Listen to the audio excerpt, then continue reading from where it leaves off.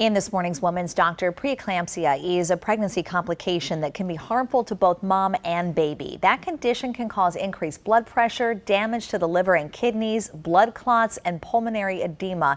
It can result in preterm birth and in severe cases, even death.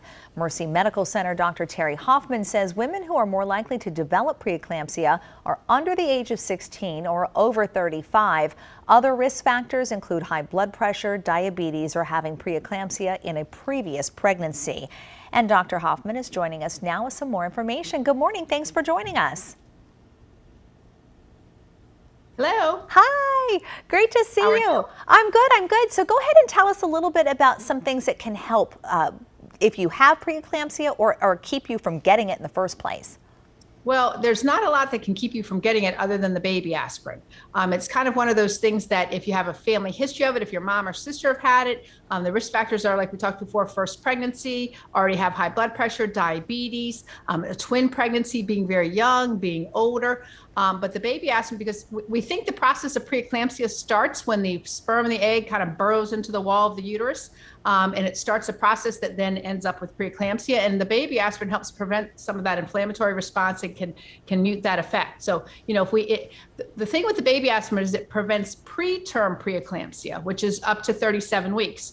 And sometimes it can be really early when you get it and you have to deliver the baby. So if you can get it to full term, then while you still don't want preeclampsia, at least it's not a premature baby. Are there some people who can't take the aspirin? Well, it's interesting. If you're allergic to aspirin, obviously you can't take it. Sure.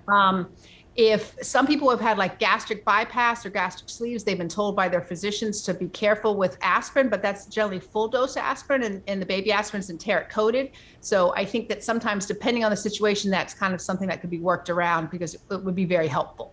Of course, if you're diagnosed with it, it's very stressful, especially for the mom. Do they have to come in more often than yeah, go ahead. Sometimes they get admitted to the hospital and will stay there for several weeks before they deliver, kind of depending on how severe it is and whether they're having symptoms.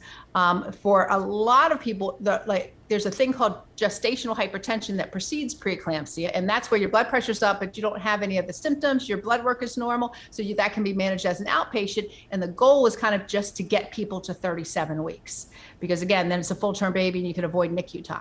So other than the aspirin, is there anything else that moms can do? Well, honestly, if you get yourself in better health before you get pregnant, in other words, if there's some extra weight and you can diet and exercise it off, if you have kind of borderline high blood pressure and the weight loss helps bring it down, managing hypertension on medication before you get pregnant is a good way to help control it. If you're kind of pre-diabetic and you can do dietary changes that can help reduce that risk, is very helpful. In pregnancy, if you become, if you gain too much weight and become diabetic, it increases your risk of preeclampsia too. So, I mean, there are things that can just make a person healthier and in general if you're healthier, but there's a certain amount of preeclampsia that's a response of the mom to something from the dad that's in the baby because it's a foreign body to them. So it's kind of in a response like that. All right, Dr. Hoffman, thanks so much for joining us this morning. Really appreciate it. Sure, you have a good day. Hey, you too. And if you have any other questions or you'd like a referral, just call 1-800-MD-MERCY.